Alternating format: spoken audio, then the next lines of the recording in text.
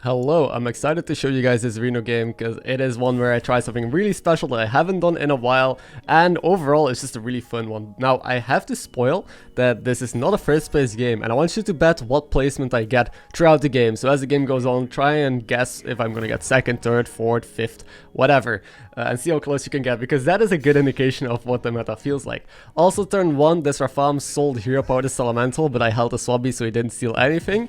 And also I saw a Swabby in my shop and I saw the tribes in the lobby, and I decided to take a riskier strategy, and that is just power leveling.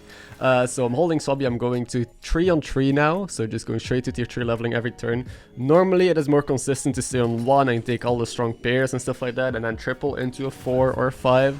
But I felt like theoretically just power leveling would be good, even going 4 on 4 if my tier 3 shop is bad, just going straight to tier 4 as you'll see next turn, because of multiple reasons. First of all, there's armor and damage cap, which now actually makes it a lot harder to die. Like, games go so long, it's incredible.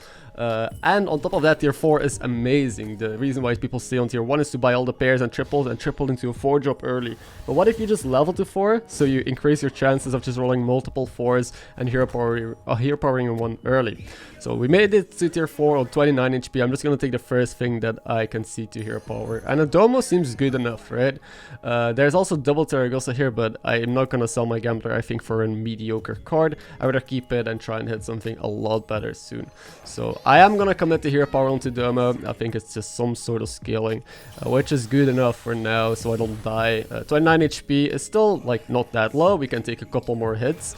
We can never die from this position, and even if I lose this fight, I could never die next fight because I will probably not take 15 here. And as you can see, I'm already being able to, you know, mitigate damage. We're on 22, and maybe next fight we'll be able to stabilize. So Elemental is obviously the nuts here because of the Domo. We also got a Grubber, which might be worth it. Sure, it skills as well. We could triple it in the long run. But you could sell a card here and buy one more, but I decided to roll because I can just double sell Elemental and sell Gambler and buy 2 strong cards instead of just like 1 or 2 mediocre cards in that shop. And I did get rewarded because I want to find something good to buff as well. Right now I have nothing good, so I'm selling this Elemental, selling this Gambler. I'm just gonna start buffing a Deflector, which is an amazing card because it doesn't only have a shield, it can also regain its shield. Now I'll probably buy the Menace, and now the main question is, do I play it naked, so just on the board so it resets the Deflector bot, or do I magnetize it? I did decide to magnetize it. I feel like I'm strong enough now, and I might run into board space issues otherwise. It's a greedier line, but this Alex just went to tier 5, they took some damage, and finally we won our fight. They didn't discover the best dragons from their hero power, luckily, and we're about to turn the tide. So this is a 9 gold turn. I think the optimal play, you know, triple buying makes a lot of sense, but these cards are not great. Like, none of these are elementals, none of these do much to me, so I decided to roll instead of just buying 2 okay mediocre cards, buying 1 great card. And recycling Wraith is just exactly that. It's an elemental, it makes elementals generate 3 rolls, so that way I can cycle a bunch with this golden Domo. And we still have a very strange board, but remember, it's only turn 7. Like, even though it seems like we're not doing a lot, it's turn 7. We have a golden Domo scaling a massive Deflector, we have a growing Gold Grubber, and we have like a Peggy and a recycling Wraith that just adds value to our board. Now, we didn't hit a golden Avenge card or something nutty like that, but Domo will do it. It used to be an amazing card back in the day. Right now, Domo fell off a lot because Elementals have like the crazy stuff with Nomi and with Dazzling Light Spawn, but I still think Domo has its charm and can still put some good stats onto the board. And right now this turn, it's exactly what I'm gonna do, just generate some more stats. Jug is still a +6/+6, which is better than any elemental at the moment. I'll take it. And there is a pair onto Wraith. I don't want the Wildfire staying on the board probably, since it's not gonna be buffed. Might as well sell it so it doesn't get the Jug buff here. And while I'm doing all of this, we're facing the Cookie, who seems to be okay strong. And also I want to keep the pair on the board here for the Wraith, because we still have our Grubber, so more triples is obviously better. And while this is going on, I'll quickly want to take a comment from someone. And it's not really a question, it's more of a statement, but I think it's one worth bringing up right now. It's by Epilucine. The biggest problem at the moment is that the endgame boards all look the same. Self is 0 plus Baron to protect your Reborn Maximals and Poison of Molygons. And that is true. Most endgames that I see are the same, and that is because it's a greedy meta. In tempo metas, people play all sorts of stuff on tier 3, 4, 5. Sometimes you have a high roller. So games are a bit more diverse. I guess mid-range metas are probably the most diverse and the most fun, because Menagerie is also different every time. But right now, you can see how long this lobby is going. Everyone is still alive in this lobby right now. I'm playing some sort of tempo stuff as scaling. Like, I figured that most people would die by now, but the person we're facing right now is pretty much full HP, and the two people below them still have like, what, 30 HP? No one is dead yet. Even at the bottom, they might still be able to take a hit, except for Tess. So because of that, people have so much time to level to 6, to triple into 6s and 5s, and Avenge also adds to the mix, like giving so many triples and so much value. Most boards are gonna end up with the best stuff, which is just all Molygons, and the reason why Poison is so good is because big stats, right? Like, with Dazzling Light Spawn, with Nomi, with all these things, people can get massive really quickly, and most endgames, because of that, have to put Poison on the board like Spores and Reborn Maximals to try and counter that if they were not scaling themselves. So I do agree with the comment. I think it was worth mentioning that if you want to win your games, just make sure you get one of those boards, and I hope things will be shaken up soon, because it does get kind of boring. Also, we're facing the Omu right now that I mentioned, that is tier 6. I decided to still stay on tier 4. This guy already has his Poison of Molygnon. The reason why I'm staying on 4 still is because there's nothing on 5 for me. What would I want? Like, Master Realities, I would have to start buffing an Elemental and put that first, which I don't necessarily want to do. If I stay down, I can still get more. I can easily roll more Elementals, roll triples. I need to find Gribber. I also have I found another Major Domo that I'm going to play here on the board. There's no reason for me to level. It just lowers my odds of finding stuff. I will only level maybe if I can triple into an Amalgadon. That is something later on that I'll think about. And no one is dead still. We're up against Hooktusk, who's still alive. I don't have a reset for my Deflectos yet either, which I guess I could start looking for as well now, since I am on 13 HP and I gotta be a bit more careful, a bit less greedy, but I have a second Deflector with mana, so they can reset each other now at least, and I can scale a second unit, so I'm not a 1 unit Andy. Even though this Grubber has been growing, you know, quite well in size. Also, don't take this triple. I don't plan on taking this triple. I'm just gonna take the Elemental here and chill.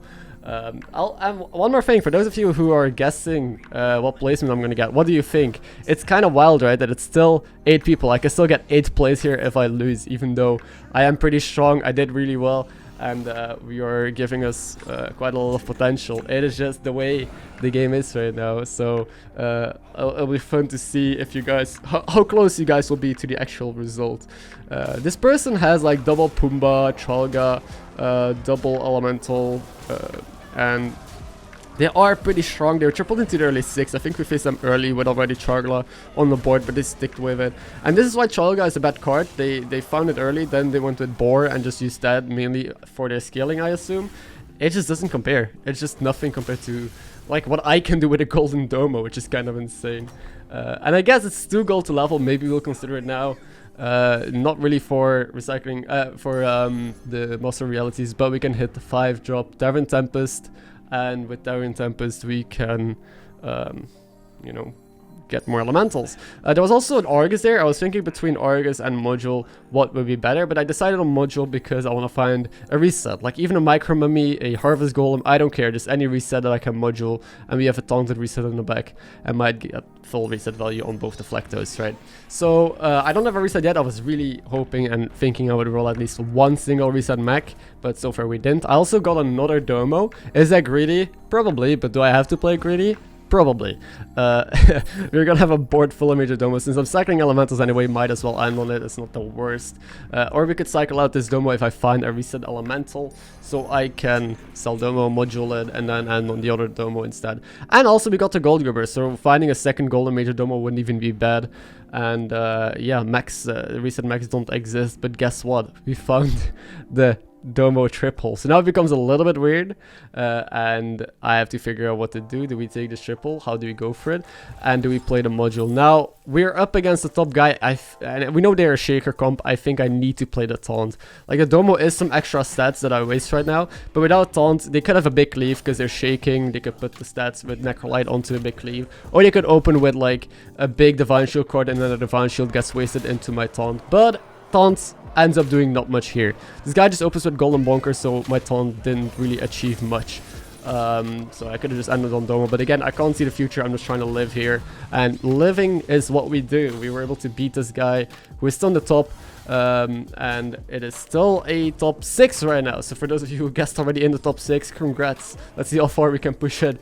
Now it's 1 gold to level, might as well triple. Maybe we get a good Amalgadon, which I feel like I might need in this spot. And I still don't really have a reset. Now our triple is Garbo. I don't care about any of this trash, so we'll just take whatever, start cycling some more elementals, because stats in the end might matter. We know that this Alex laureled on their dragons, they're pirates now, so they're probably trying to do some tempo stuff. I don't think they're APM or they're infinite, otherwise it would be dealing a whole lot more damage and have a whole lot more triples. So probably some Scallywag BS. They're still on 5, so I'll just play a shitty taunt here that maybe can counter them. And is elemental as well. I was correct. This guy is just golden Khadgar Baron. So the Scallywags, one of them is gonna die into the taunt, then the other one is not gonna die, meaning he already, you know, gets a little bit less summon value from Chad.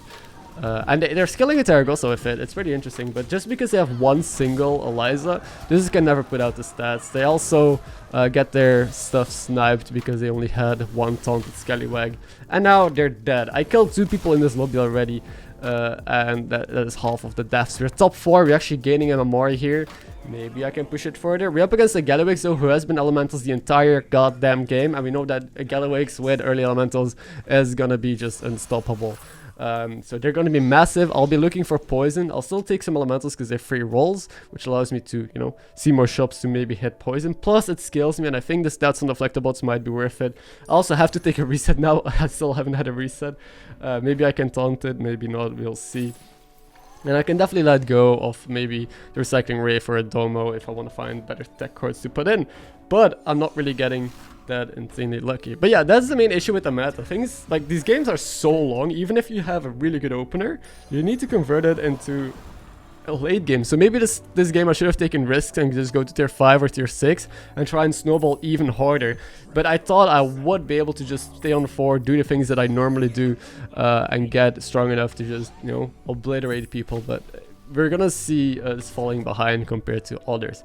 Also, now is probably a good time to mention that if you do enjoy this type of content, do not forget to subscribe to the channel, because there's a lot of people watching me that actually don't subscribe. But if you like watching this content, why not click that button right? So there's a module. I could have bought it here, put it on a mummy, but I don't think it's better than just a Domo. Like taunting mummy here, I don't think will achieve too much. Now it would have achieved his wildfire just hitting in the back, so I guess I could have tried that, but you know, wildfire does hit in the back anyway, kind of lucky. But yeah, the Domo scaling was just so much, I felt really bad to give up on it. He did hit the mummy here, which was probably the best possible hit, but still he's way too big. I don't think I can compete with this. Maybe if I got another reset onto my second Deflecto, but that's just, you know, a Gallywix, they get to snowball early. Not much to do here, so we do end up taking 4th. So for those who guessed 4th, congratulations, you won an imaginary prize. So even though this game wasn't the first place, I still think it's worth showing the non-hyrule games on this channel. I want to be educational anyway, and I think this shows you the 4-on-4 strategy with Reno, which is really fun. I'm definitely going to try it out more, and gives you a clear view of what the meta feels like right now. Thank you for watching, and I'll see you in the next one.